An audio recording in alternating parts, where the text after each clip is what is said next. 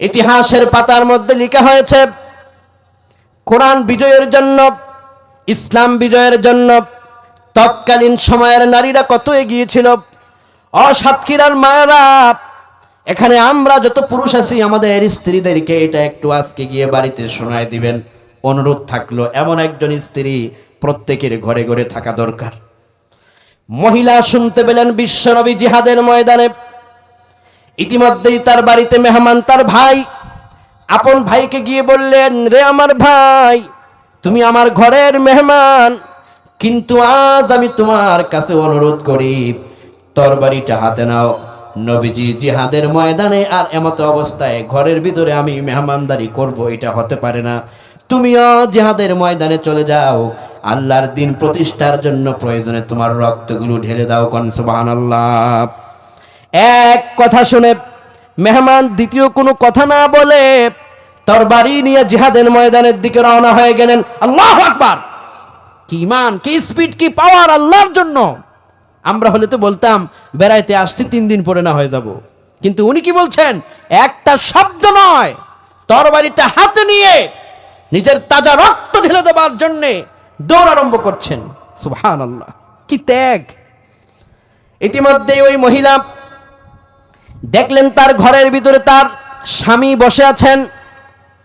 স্বামীর কাছে গিয়ে বললেন, প্রিয় স্বামী আমার, আমার ভাইকে জিহাদের ময়দানে পাঠায় দিলাম, আপনার কাছেও অনুরোধ, আল্লাহর দিন প্রতিষ্ঠার জন্য আপনিও আপনার তাজা রক্ত আল্লাহর জন্য ঢেলে দেওয়ার জন্য তরবারি নিয়ে চলে যান।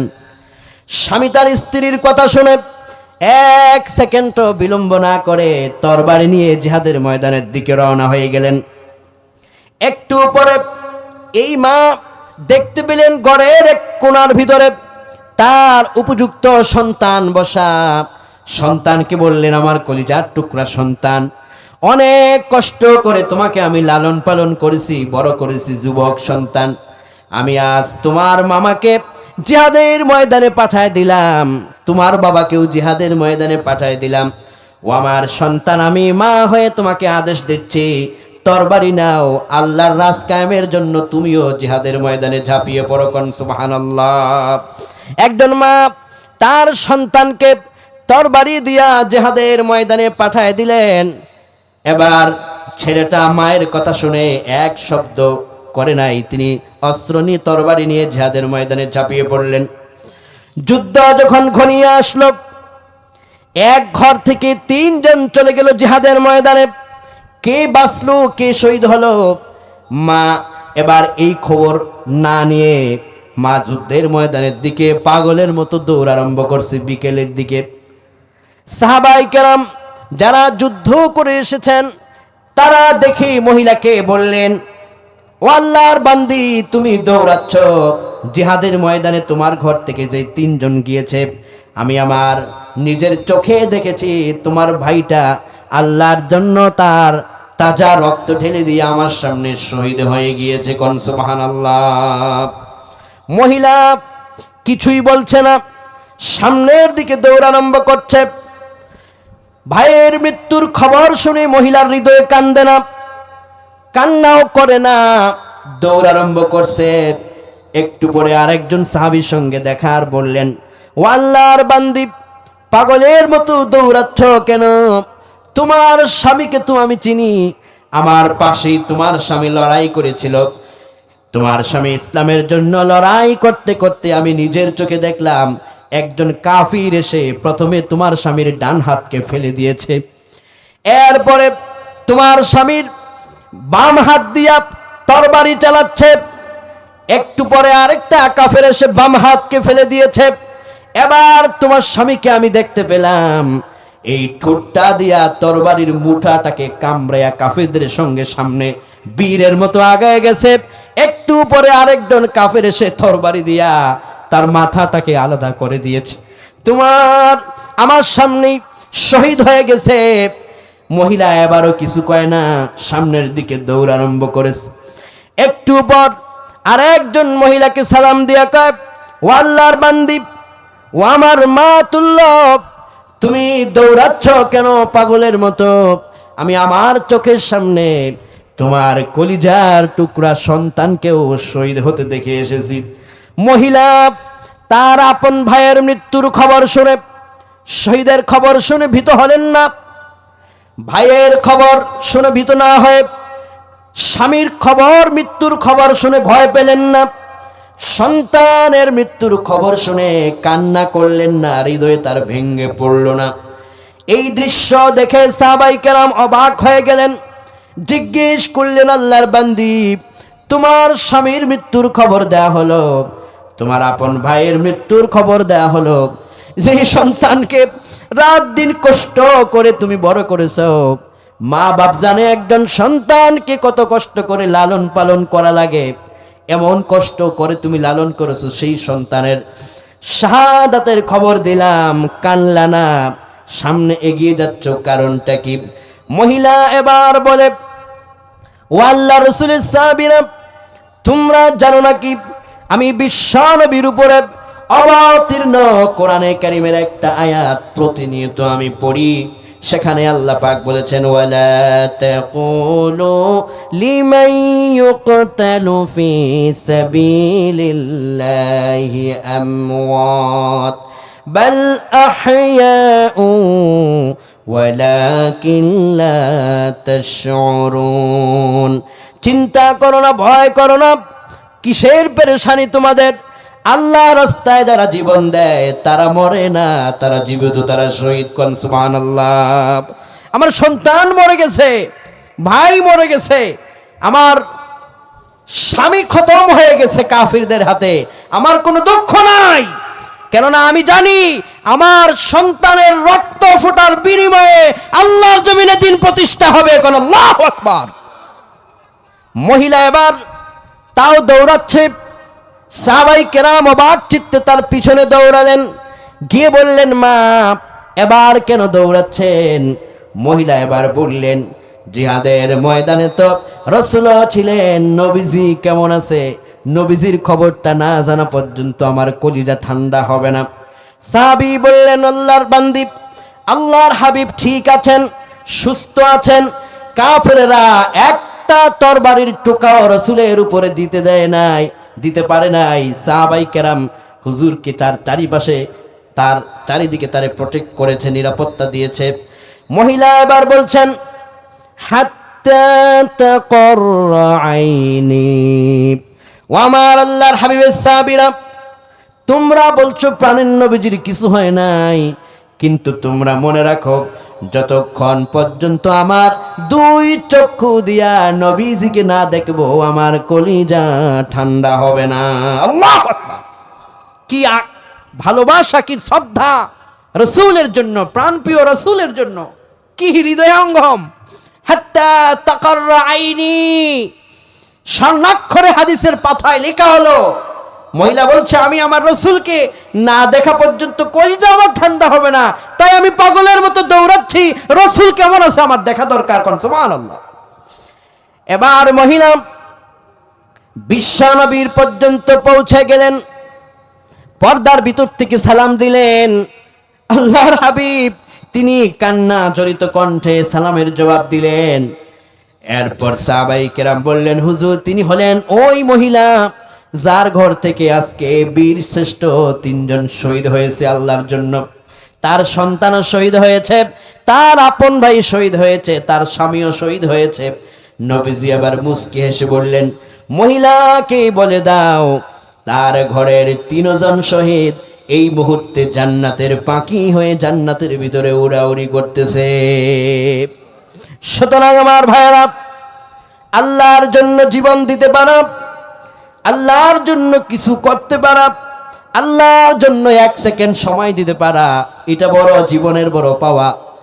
আজ যে মাটির উপরে বসে আছেন, আগামী রাতে হয়তো এই মাটির নিচে কারো কবর খনন হয়ে যেতে পারে। যে দুনিয়ার বাতাস আজ পাচ্ছেন, আগামীকাল হয়তো দুনিয়ার বাতাস কারো জন্য বন্ধ হয়ে যেতে পারে। মৃত্যু কার কখন কোথায় চলে আসে বলা যায় না। মরার আগে এই জীবনটা রবের জন্য উৎসর্গ করতে পারলে এই জীবন সফল হবে। কোন ঠিক কিনা?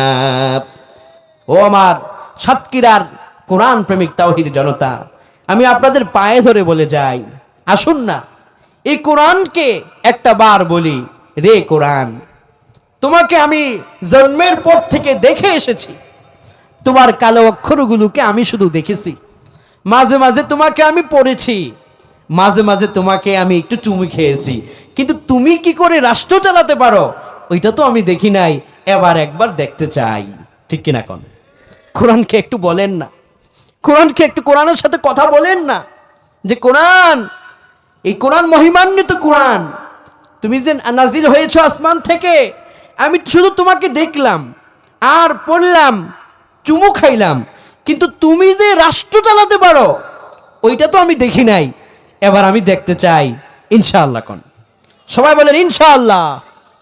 কেননা মৃত্যু যখন চলে আসবে, যেই নেতার জন্য রাত জাগলেন, যেই নেতার, ও যুবকেরা, পথ হারা যুবকেরা, যারা লেনিনকে আদর্শ বানিয়েছ, ধর্ম নিরপেক্ষ মতবাদকে আদর্শ মেনেছ, রসুলকে যারা আদর্শ মানতে পারো নাই, তোমাদেরকে আমি বলছি, যেই নেতা তোমাকে নামাজের কথা বলে না, যেই নেতা তোমাকে তাহাজ্জুদ পড়ার কথা বলে না, যেই নেতা তোমার হাতে কলম দেওয়ার পরিবর্তে অস্ত্র তুলে দিয়েছে, মনে রাখো এই নেতা জীবনেও তোমার বন্ধু হতে পারে না, নেতা হওয়ার যোগ্যতা তার নাই।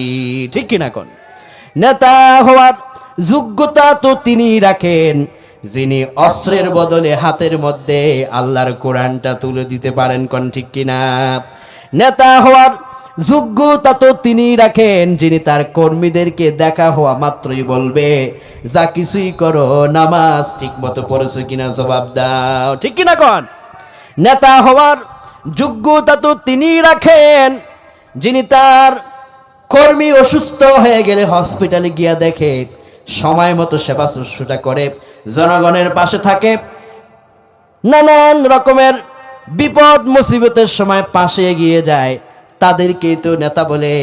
নেতা তাদেরকে বলে না যে মানুষ বিপদ হলো আর আসমান থেকে হেলিকপ্টার দিয়ে একটু দেখে চলে যাওয়ার নাম নেতা নয়।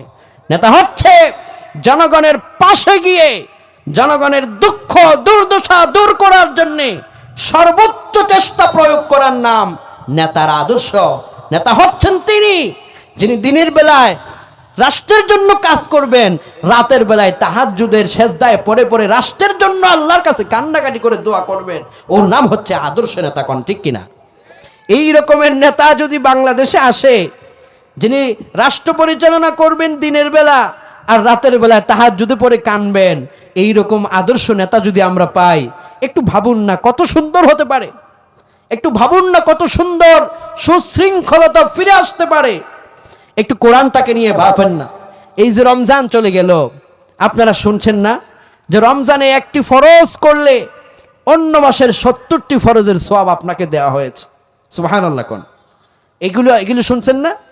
এবং রমজানের লাইলাতুল কদর, এক রাতে একটু আমল করতে পারলে খায়রুম মিন আলফি শাহর, 1000 মাস আমল করলে যেই সওয়াবটা না হবে, কদরের এক রাত্রে আমল করলেই সেই সওয়াব আল্লাহ আমাদেরকে রমজানে দিয়েছেন। সুবহানাল্লাহ। কোন তো এটা কেন হয়েছে? এই সম্মানটা কেন এসেছে? রমজানের কারণে নয়। এই সম্মান তো এসেছে আনজালনাহু ফি লাইলাতুল কদর, যে আমি লাইলাতুল কদরে কোরআন নাজিল করেছি। কোরআনের জন্য যে রাত্রে কোরআনটাকে নাজিল করেছি, এই জন্য ওই রাত্রকে আমি বলে দিয়েছি একটা রাত আমল করলেই 1000 মাস ইবাদতের সওয়াব তোদের আমলনামায় দান করে দেব। কোন সুবহানাল্লাহ। কোরআনের কারণে রমজানের এত সম্মান বাড়ল। কোরআনের কারণে রমজানের একটা ফরজের 70টা ফরজের তুল্য হয়ে গেল। সেই কোরআন যদি আপনি আমি ব্যক্তি, পরিবার, সমাজ, রাষ্ট্র জীবনের প্রতিটি মুহূর্তে মানতে পারি, তাহলে আমাদের সম্মান, আমাদের মর্যাদা রবের দরবারে বাড়বে না কমবে। এই জন্য আমাদের এই প্রতিশ্রুতি হোক, এই প্রতিজ্ঞা হোক যে এই কোরআন তোমাকে শুধু তেলাওয়াত করতে দেখেছি, আগামীতে দেখব তুমি কি করে রাষ্ট্র চালাও, দেখে যেন আমরা মরতে পারি। আল্লাহ তৌফিক দাও। কোন আমিন। বিরক্ত হচ্ছেন, ঘুমাচ্ছেন, রাত 11টা বেজে গেছে। আমি আর বেশি আপনাদেরকে কষ্ট দিব না। আপনারা আশা করি এই যে ত্যাগ করেছেন, এখানে যতটুকু সময় দিয়েছেন, অতটুকু আমরা তো মোটামুটি বুঝতে পেরেছি যে আল্লাহর কোরআনটাই রাষ্ট্র পরিচালনার জন্য যোগ্য। বুঝতে পারছি তো ইনশাআল্লাহ? ইনশাআল্লাহ আল্লাহ যেন আমাদের প্রত্যেককে কোরআনকে বুঝার তৌফিক দেয়, কোন আমিন। আমি সারবো, তবে ছেড়ে দেওয়ার আগে আমি আরও কিছু গুরুত্বপূর্ণ আমল আপনাদেরকে দিয়ে যাব, যে আমলগুলোর মাধ্যমে কোরআন মানার পূর্ণতা আসবে। আমি ছোট্ট ছোট্ট 5টি আমলের কথা এখন আপনাদেরকে বলছি, এরপরে আমরা আস্তে আস্তে মুনাজাতের দিকে চলে যাব। আপনাদের কষ্ট হবে? ঘুমাচ্ছেন? হাত তোলেন, কে কে ঘুমাচ্ছেন?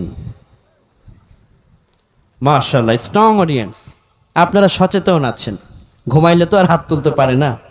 আলহামদুলিল্লাহ, আল্লাহ পাক এই সাতক্ষীরার মাটিতে যারা এসছে প্রত্যেককে যেন আল্লাহ জান্নাতের প্যান্ডেলে এভাবে বসার তৌফিক দেয়, কোন আমিন। প্রত্যেকে যে যে কর্ম করেন তাদের কর্মে যেন আল্লাহ বরকত দেয়, পড়ুন আমিন। সামাজিকভাবে আল্লাহ যেন প্রত্যেককে পারিবারিকভাবে সামাজিকভাবে সম্মানের চেয়ারে সবসময় যেন রাখেন, অপমানের সকল চিহ্ন যেন আপনাদের থেকে আল্লাহ দূর করে দেন, পড়ুন আমিন। মোনাজাতের আগে এই যে কথাগুলো বললাম যে কোরআনে কারীম দিয়েই আমাদের সব চালাতে হবে, এটার পূর্ণতা পাবে নেক আমলের মাধ্যমে। এখন থেকে প্রতিদিন কন্টিনিউ 5টি নেক আমল করবেন, যে ছোট্ট ছোট্ট আমল, এগুলো ছাড়বেন না। মনে রাখবেন, শুধুমাত্র বলার মধ্যেই পূর্ণতা আসে না, বলার সাথে সাথে আমল করা দরকার। ইনশাআল্লাহ কোন সবাই বলেন ইনশাআল্লাহ। 5টা আমলের মধ্যে প্রথম নম্বর আমল হলো প্রতিদিন 100 বার এই দোয়াটা পড়বেন, সুবহানাল্লাহি ওয়া বিহামদিহি। নবীজি বলেছেন এই আমলটা প্রতিদিন 100 বার যারা করে, মহাসমুদ্র পরিমাণ, আটলান্টিক মহাসাগর পরিমাণ, প্রশান্ত মহাসাগর পরিমাণও গুনাহ যদি তাদের আমল নামায় থাকে, এই দোয়াটা 100 বার পড়ার কারণে আল্লাহ পাক প্রশান্ত মহাসাগর পরিমাণ গুনাহগুলোকেও মাফ করে দেয়। এই দোয়াটা প্রতিদিন 100 বার পড়বেন। বলেন কয়বার? সবাই বলেন কয়বার? 100 বার। ভুলবেন না, মুখস্থ করে ফেলেন। এখন দোয়াটা আমরা পারি না, ছোট্ট দোয়া, কিন্তু মনে হয় এই তো পড়লাম আর চলে গেল, সময় বেশি লাগলো না। এটা ছোট হলেও তার মর্তবা অনেক বেশি। বুখারী জিল্লিসানিতে এসেছে, عن أبي هريرة رضي الله عنه قال قال رسول الله صلى الله عليه وسلم من قال سبحان الله وبحمده في يوم 100 مرة حطت خطاياه وإن كانت مثل زبد البحر। আল্লাহর হাবিব বললেন, প্রশান্ত মহাসাগর পরিমাণ গুনাহ নিয়েও যদি বান্দা এই আমলটুকুনকে ইখলাসের সাথে আল্লাহর মহব্বত নিয়ে পড়তে থাকে, আল্লাহর হাবিব বলেছেন যে জায়গায় বসে পড়বে সমুদ্রের পরিমাণ গুনাহ যদি থাকে আল্লাহ পাক গুনাহ মাফ করে দেয়, কোন সুবহানাল্লাহ। এখন থেকে প্রতিদিন এই আমলটা ফজরের সময় পড়বেন 20 বার, যোহরের সময় 20 বার, আসরের সময় 20, মাগরিবের সময় 20, ইশার সময় 20 হলে একদিনের ভিতরে 100 বার 5 ওয়াক্ত সালাতের মধ্যে পূর্ণ হয়ে যাবে, কোন ঠিক কিনা? পড়বেন তো ইনশাআল্লাহ? দোয়াটা একটু বলেন তো। মাশাআল্লাহ মাশাআল্লাহ, আপনারা পেরেছেন। এই আমলটা 5টা আমলের এই আমল কখনো ছাড়বেন না। এটা এতটাই দাম, এটার একটা তাশরিহ আমার মনে হয়েছে। সুলাইমান আলাইহিস সালাম তিনি তো তক্তার উপরে উঠতে পারতেন, এটা কি আপনারা জানেন? সুলাইমান আলাইহিস সালামের সময় প্লেনের মতো তিনি তক্তার উপরে বসে, তার তক্তা ইঞ্জিন ছাড়া আসমানে উঠতে পারত। সুলাইমান পয়গম্বর তিনি তার ক্ষমতার সময়ে রাষ্ট্রীয় সফর করলেন। রাষ্ট্রীয় সফরকালে একটি কৃষি এলাকা দিয়ে তিনি আসমানের ভিতরে উড়ে যাচ্ছেন। তক্তার একটা সিংহাসনে তিনি বসা, তক্তার সিংহাসন জমিন থেকে একজন কৃষক দেখে সে পড়ল সুবহানাল্লাহ। এখানে কৃষক আছেন কেউ? যারা মাঠে ঘাটে কাজ করেন, কৃষক কেউ আছেন? হ্যাঁ, মোটামুটি সবাই কৃষক। একটু হাত তুলেন তো, কারা কারা কৃষক? মাশাআল্লাহ, আমিও কৃষক, আমিও কৃষকের ছেলে, আলহামদুলিল্লাহ। কৃষকদের ঘামের ঝরা পরিশ্রমের যেই ফসল হয়, এই ফসলে পুরো পৃথিবী পুরো জাতি খেয়ে বেঁচে থাকে। এই কৃষকদের যদি মূল্যায়ন ঠিকভাবে করা হতো, কৃষকরা আরো কষ্ট করে দেশের জন্য আরো কিছু করতে পারত। আল্লাহ যেন এই কৃষকদেরকে দুঃখ দূর করে ফসলে বেশি বরকত দেয়, কোন আমিন।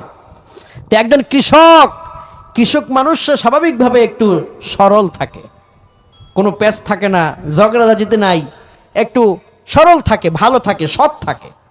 তো কৃষক মানুষ তিনি আসমানে দেখেছেন একটা বিশাল কাঠের সিংহাসন উঠতেছে, দেখে তিনি অবাক হয়ে বললেন সুবহানাল্লাহ। কি বললেন? সুবহানাল্লাহ। এবার আসমান থেকে সুলাইমান পয়গম্বর তার কাঠের সিংহাসনকে আদেশ করলেন, রে সিংহাসন, তুমি তাড়াতাড়ি করে ল্যান্ড করো। জমিনের উপরে যে কৃষক সুবহানাল্লাহ পড়েছে, আমি তার কাছে যেতে চাই, ওই কৃষকের সঙ্গে আমি আজকে একটু কথা বলতে চাই। সুলাইমান পয়গম্বরের তক্তা সিংহাসন আমাদের দেশের ইন্টারন্যাশনাল প্লেনগুলো যেই রকম করে এয়ারপোর্টে ল্যান্ড করে, সুলাইমান পয়গম্বরের তক্তার সিংহাসনটা জমিনের উপরে ল্যান্ড করার আগে একটু উপর থেকে বাদশাহ সুলাইমান কৃষকের সঙ্গে কথা বললেন। কৃষককে সালাম দিয়ে বললেন, রে কৃষক, তুমি একটু আগে এখানে আসমানের দিকে তাকায় কি বলেছিলে? কৃষক সরল মানুষ একটুকুন ভয় পেয়ে গেছে এই তক্তার সিংহাসন দেখে, ভয়ে ভয়ে বললেন, আমি সুবহানাল্লাহ বলেছি। এবার সুলাইমান পয়গম্বর বললেন, রে কৃষক, তুমি সুবহানাল্লাহটা কেন বললা?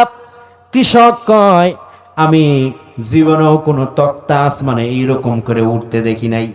আমি যখন দেখলাম একটা সামান্য কাঠের টুকরা, কাঠের সিংহাসন আসমানের ভিতরে উঠছে, এটা দেখে আমি বড় অবাক হয়ে মনে মনে চিন্তা করলাম, আমার আল্লাহ না জানি কত মহান, কত পবিত্র, কত ক্ষমতাবান, যার ইশারায় একটা তক্তা পর্যন্ত আসমানে উঠতে পারে। তাই আমি আমার সেই পবিত্র মহান আল্লাহর পবিত্রতা ঘোষণা করে সুবহানাল্লাহ পড়লাম। সুলাইমান পয়গম্বর কয়, তুমি কি আমাকে চিনো নাকি? কৃষক কয়, আমি আপনাকে চিনি না, তবে মনে হচ্ছে আপনি এমন কেউ হবেন যিনি সমাজের সম্মানিত ব্যক্তিদের মধ্যে একজন। সুলাইমান পয়গম্বর বললেন, বর্তমান দুনিয়ার বাদশাহ সম্পর্কে তোমার কোনো ধারণা আছে নাকি? এবার কৃষক বললেন, শুনেছি মানুষের কাছে বর্তমান দুনিয়ার একজন বাদশাহ আছে, তার নাম সুলাইমান, তিনি অনেক ক্ষমতাবান, আর তিনি মানুষকে আল্লাহর দ্বীনের পথে ডাকেন। সুলাইমান পয়গম্বর বললেন, তুমি যে এই বাদশার নাম শুনেছ, আমি সেই বাদশাহ সুলাইমান তোমার সামনে দাঁড়ায় আছি, কোন সুবহানাল্লাহ। এবার কৃষক মানুষ, সরল মানুষ, আবেগে তাকে সালাম দিতে লাগলেন, তার জন্য দোয়া করতে লাগলেন, বাহবা জানাতে লাগলেন, স্বাগত জানাতে লাগলেন। সুলাইমান পয়গম্বর বললেন, রে কৃষক, আমি রাষ্ট্রীয় সফরে আসমানে উড়ে যাচ্ছিলাম, কিন্তু তোমার কারণে আমি নেমে এসেছি একটা সুসংবাদ তোমাকে দেওয়ার জন্য, আর তা হলো তুমি যে আসমানের এই তক্তা দেখে একবার সুবহানাল্লাহ বলে আমার আল্লাহর পবিত্রতা মহিমা ঘোষণা করেছো, আল্লাহ পাক আমাকে সাথে সাথে ওহী করে জানিয়ে দিয়েছেন, তোমার মুখের বলা একবার সুবহানাল্লাহর ওজনটা আল্লাহর কাছে এত বেশি ভালো লেগেছে, তোমার একবার সুবহানাল্লাহকে যদি এক পাল্লায় দেয়া হয়, সারা দুনিয়া যদি অপর পাল্লায় দেয়া হয়, তোমার একবার সুবহানাল্লাহ বলার ওজন আমার আল্লাহর কাছে বেশি ভারী হয়ে যাবে। একবার সুবহানাল্লাহ বললে যদি আল্লাহ এতটা খুশি হন, আর দৈনিক আপনি 100 বার পড়বেন সুবহানাল্লাহি ওয়া বিহামদি, না জানি আমার আল্লাহ কতটা বান্দার উপরে খুশি হবেন, কোন ঠিক কিনা? এই দোয়াটা দৈনিক 100 বার পড়বেন তো ইনশাআল্লাহ। 2 নম্বর আমল, প্রতিদিন এক আয়াত হলেও মহাগ্রন্থ কোরআনে কারীম একটু পড়বেন। মনে রাখবেন, একটু আগেই বলেছিলাম কোরআন দুনিয়াতেও আমার বন্ধু, আখিরাতেও শাফাআতের বন্ধু। যদি বলেন যে হুজুর ছোট্টবেলায় তো মুক্তবি পড়তে পারি নাই, কোরআনের বড় বড় সূরাগুলো পড়তে পারি না, এবার আপনার জন্য রাসূলুল্লাহ সুসংবাদ দিয়েছেন, অন্তত সূরাতুল ইখলাস তো আমরা পারি। যে একেবারে কোরআন পারে না, উনি তো অন্তত সূরা ইখলাসটা পারেন, ঠিক কিনা কোন? আমরা এখানে যারা আছি সূরা ইখলাস পারি না? সবাই পারি। 10 বার পড়বেন দৈনিক সূরা ইখলাস, 10 বার। বলেন কয়বার? কোরআনের সাথে সম্পর্ক করুন, 10 বার পড়বেন। বিশ্বনবী বললেন, সাহাবীরা, জান্নাত কিনে নেওয়ার জন্য কোনো পয়সা করি তোমাদের কাছে আছে নাকি? সাহাবায়ে কেরাম অবাক হয়ে বললেন, আল্লাহর জান্নাত এত মহিমান্বিত, ওই জান্নাত কিনে নেওয়ার ক্ষমতা পৃথিবীর কার আছে ইয়া রাসূলুল্লাহ? নবীজি বললেন, উম্মতদেরকে সুসংবাদ দিয়ে দাও, বানাল্লাহু লাহু কসরান ফিল জান্নাহ। 10 বার যদি কেউ সূরাতুল ইখলাস প্রতিদিন পড়ে যায়, আমার আল্লাহ পাকের জান্নাতের রাজমহল তার জন্য আল্লাহ বরাদ্দ দিয়ে দিবে। আপনি টাকা দিয়ে পয়সা দিয়ে জান্নাত কিনতে পারবেন না, কিন্তু আল্লাহর কোরআনটার সঙ্গে সম্পর্ক করলে আল্লাহর জান্নাত আপনার জন্য বরাদ্দ হয়ে যাবে। কোন আল্লাহু আকবার। কোরআন আজিম কিতাব, মহিমান্বিত কিতাব, পড়ুন, বুঝুন। কোরআন দিয়ে ব্যক্তি, পরিবার, সমাজ, রাষ্ট্র গঠনে এগিয়ে আসুন। এজন্য 2 নম্বর ছোট্ট আমলের মধ্যে প্রতিদিন 10 বার হলো সূরাতুল ইখলাসটা পড়ব। বলেন ইনশাআল্লাহ। সবাই পড়ব তো ইনশাআল্লাহ। বাসায় গিয়ে মাকে বলবেন, মেয়েকে বলবেন, সন্তানকে বলবেন, নিজ স্ত্রীকে বলবেন। কাজের ফাঁকে তো অনেক কিছু করতে পারো না, নামাজ বেশি পড়তে পারো না, রাতের তাহাজ্জুদ করতে পারো না, তো এই সূরা ইখলাসটা দৈনিক 10 বার পড়ো। স্বামী তার স্ত্রীকে যদি একটু নসিহত করে, সন্তানকে যদি পিতা একটু নসিহত করে, বড় ভাই যদি ছোট ভাইকে একটু নসিহত করে, উস্তাদ তার ছাত্রকে যদি একটু নসিহত করে, কোন আমলে কে নাজাত পায় বলা যায় না। আল্লাহ যেন আমাদেরকে আমলের পথে আসার তৌফিক দেয়, বলি আমিন।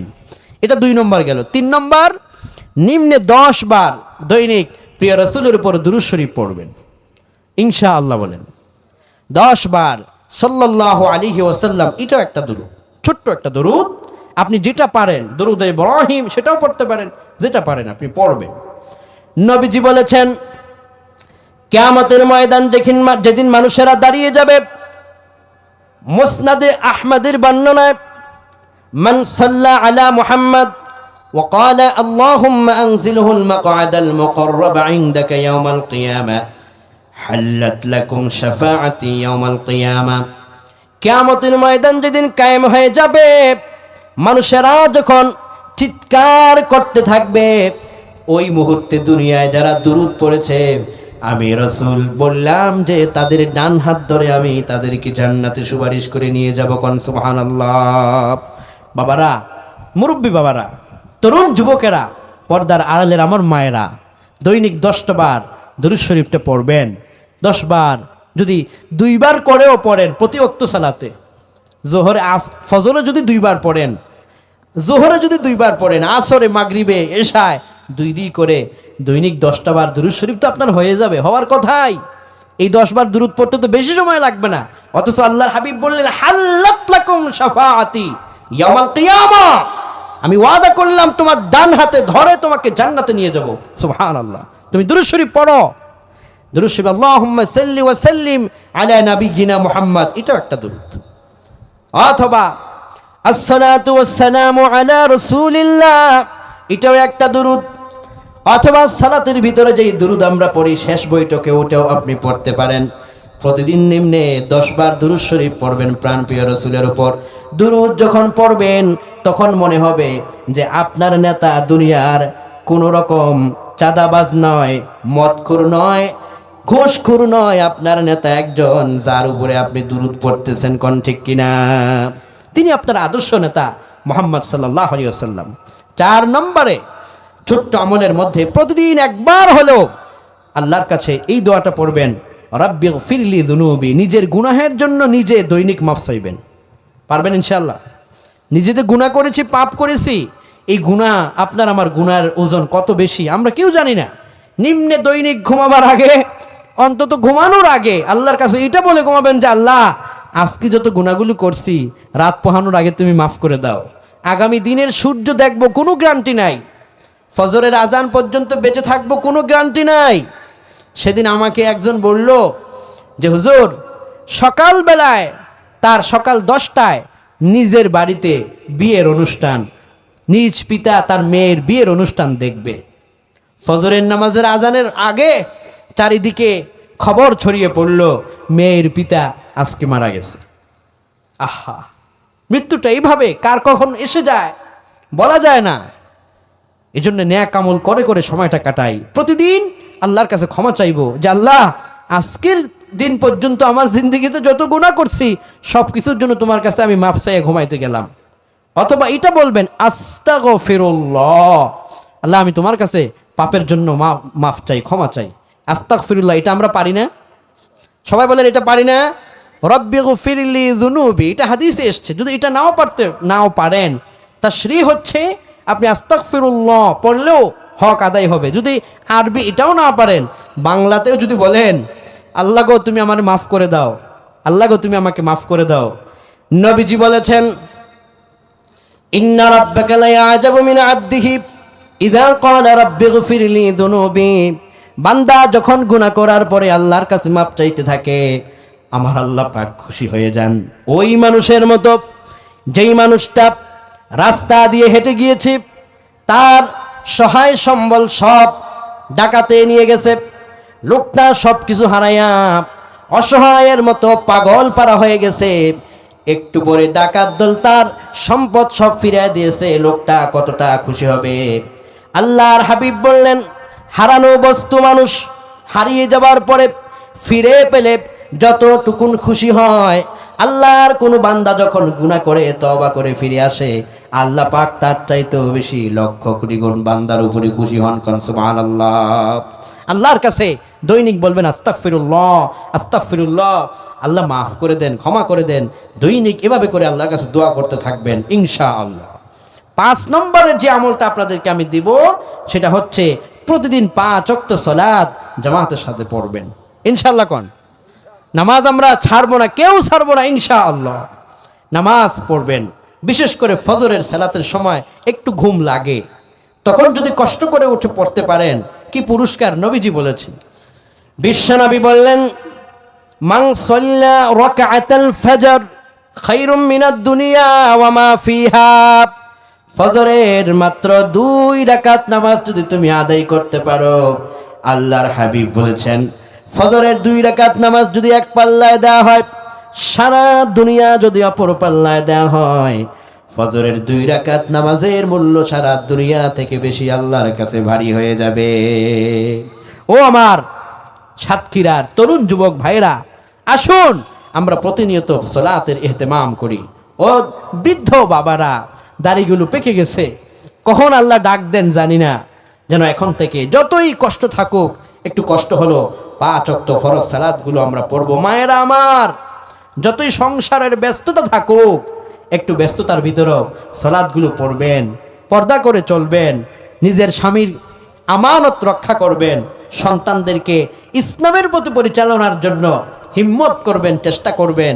তরুণ যুবক ভাইরা, দুনিয়ার লেনিন, কার্ল মার্কস, ওরা দুনিয়াতে শান্তির নিশানা দেখাতে পারে নাই, শান্তির নিশানা দেখায় গিয়েছেন রাসূল করিম সাল্লাল্লাহু আলাইহি ওয়াসাল্লাম। রাসূলের আদর্শই হচ্ছে শান্তির নিশানা, কোরআন হচ্ছে সেই নিশানাকে বাস্তবায়নের সুন্দর একটি গ্রন্থ, জীবন্ত গ্রন্থ, জীবন্ত সংবিধান। এই সংবিধানকে আমরা আগলে রাখি, কোরআনকে আমরা মেনে চলি।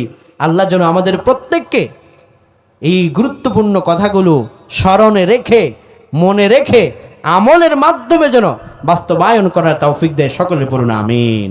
আয় আল্লাহ, আজকের এই ছোট্ট পরিসরে যে কথাগুলো আমরা শুনলাম, এগুলো যেন সবাই তার বাস্তব জীবনে মানতে পারে। আল্লাহ তুমি তৌফিক দেয়। সকলে পড়ি আমিন। আমি মুনাজাতের দিকে যাব, আমি অনুরোধ করব কেউ উঠবেন না। আমি সবাইকে নিয়ে মুনাজাত করতে চাই। আমার হৃদয়টা বলছে যে আমি মুসাফির মানুষ, এখানে হয়তো আল্লাহওয়ালা মানুষরা আছেন বলেই এত দীর্ঘ সময় আপনারা বসে সময় দিয়েছেন। আমি আজকে আপনাদেরকে নিয়ে দোয়া করতে চাই, যাতে করে এই দোয়ার মাধ্যমে আমাদের প্রত্যেকের কল্যাণময় কিছু আসমান থেকে আল্লাহ দেন। দোয়ার আগে আমি যে ছোট্ট আমলের কথা বললাম 5টা, এই 5টা আমল এখানে কেউ আমাকে মুখস্থ শোনায় দিতে পারবে, আমি তাকে পুরস্কৃত করব ইনশাআল্লাহ। শুধু এটা বলবে, 1 নম্বর আমল সুবহানাল্লাহি ওয়া বিহামদি, 2 নম্বর আমল সূরা ইখলাস 10 বার, 3 নম্বর আমল দুরূদ শরীফ 10 বার, 4 নম্বর আমল গুনার জন্য ক্ষমা চাওয়া বা আস্তাগফিরুল্লাহ পড়া, 5 নম্বর আমল 5 ওয়াক্ত নামাজ পড়া। এই কথাটাই যদি কেউ বাংলাতে বলতে পারে, আমি সবার সামনে তাকে পুরস্কৃত করব, তার জন্য আমি দোয়া করব। কেউ আছেন? এই কে হাত তুলছে? আপনি?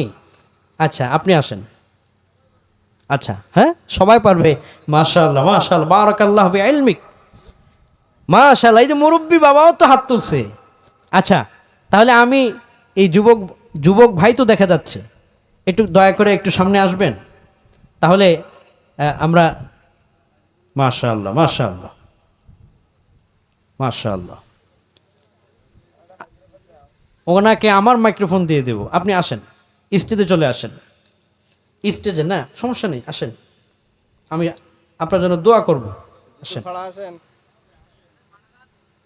আমি আবারও বলছি, 1 নম্বর সুবহানাল্লাহি ওয়া বিহামদিহি পড়া, 2 নম্বর ইখলাস 10 বার পড়া, 3 নম্বর দুরূদ শরীফ 10 বার পড়া, 4 নম্বর আস্তাগফিরুল্লাহ পড়া, 5 নম্বর 5 ওয়াক্ত নামাজ জামাতের সাথে পড়া। এগুলো দৈনিকের কাজ।